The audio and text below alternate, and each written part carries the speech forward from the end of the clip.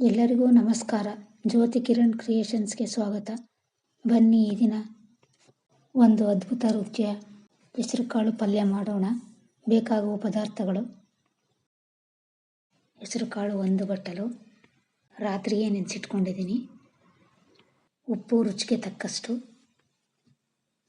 ಅರಿಶಿಣದ ಪುಡಿ ಸ್ವಲ್ಪ. ಯಾರೆಲ್ಲ ನನ್ನ ಚಾನಲ್ ನೋಡ್ತಿದ್ದೀರೋ ಪ್ಲೀಸ್ ಸಬ್ಸ್ಕ್ರೈಬ್ ಮಾಡಿ. ಅಚ್ಚ ಖಾರದ ಪುಡಿ ಸ್ವಲ್ಪ, ಸಾಸಿವೆ ಒಗ್ಗರಣೆಗೆ,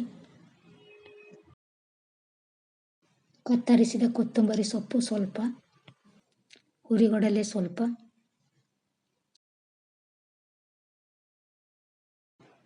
ಶುಂಠಿ ಬೆಳ್ಳುಳ್ಳಿ ಪೇಸ್ಟ್, ಕತ್ತರಿಸಿದ ಟೊಮ್ಯಾಟೊ 1, ತುರಿದ ಕೊಬ್ಬರಿ ಸ್ವಲ್ಪ, ಕತ್ತರಿಸಿದ ಈರುಳ್ಳಿ 1, ಪಲಾವ್ ಎಲೆ 2, ಚಕ್ಕೆ ಸ್ವಲ್ಪ, ಲವಂಗ 4, ಸ್ಟಾರ್ ಹೂವು ಅರ್ಧ. ಮೊದಲು ಒಂದು ಪಾತ್ರೆಗೆ ಹೆಸರುಕಾಳನ್ನು ಹಾಕಿ ಸ್ವಲ್ಪ ನೀರು ಸೇರಿಸಿ, ಹೆಸರುಕಾಳು ಮುಳುಗುವಷ್ಟು ಮಾತ್ರ ನೀರು ಸೇರಿಸಬೇಕು.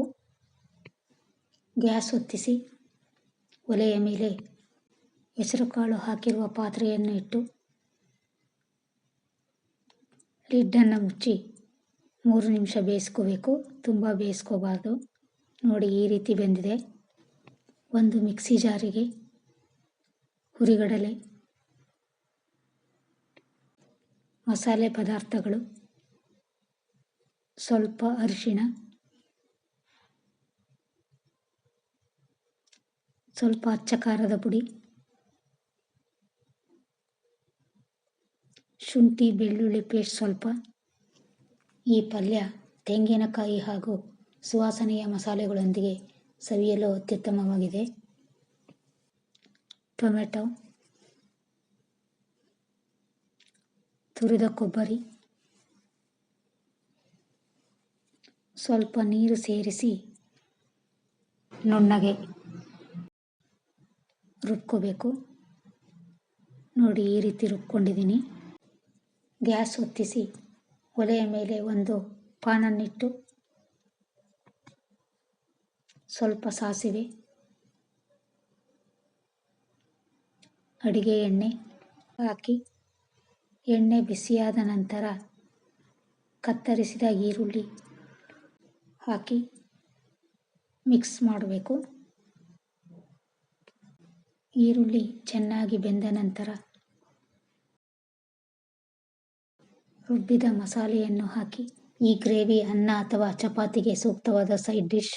ಸ್ವಲ್ಪ ನೀರು ಸೇರಿಸಿ ಉಳಿದ ಮಸಾಲೆಯನ್ನು ಹಾಕ್ಕೋಬೇಕು. ನಂತರ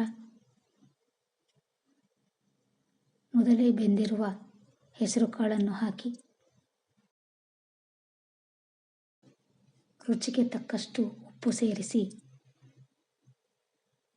2 ನಿಮಿಷ ಚೆನ್ನಾಗಿ ಕುದಿಸ್ಕೋಬೇಕು. ನಂತರ ಗ್ಯಾಸನ್ನು ಆಫ್ ಮಾಡ್ಕೋಬೇಕು.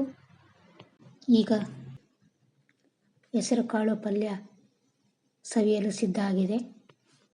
ಬಡಿಸುವಾಗ ಮೇಲೆ ಸ್ವಲ್ಪ ಕೊತ್ತಂಬರಿ ಸೊಪ್ಪನ್ನು ಸೇರಿಸಿ ಚೆನ್ನಾಗಿ ಮಿಕ್ಸ್ ಮಾಡಿ ಬಡಿಸಿ. ಈ ಗ್ರೇವಿ ಚಪಾತಿ, ರೊಟ್ಟಿ, ದೋಸೆ, ಬಿಳಿ ಹೋಳಿಗೆ ಮುಂತಾದವುಗಳೊಂದಿಗೆ ಸವಿಯಲು ತುಂಬ ರುಚಿಕರವಾಗಿರುತ್ತೆ. ನೀವು ಒಮ್ಮೆ ಪ್ರಯತ್ನಿಸಿ. Thank you.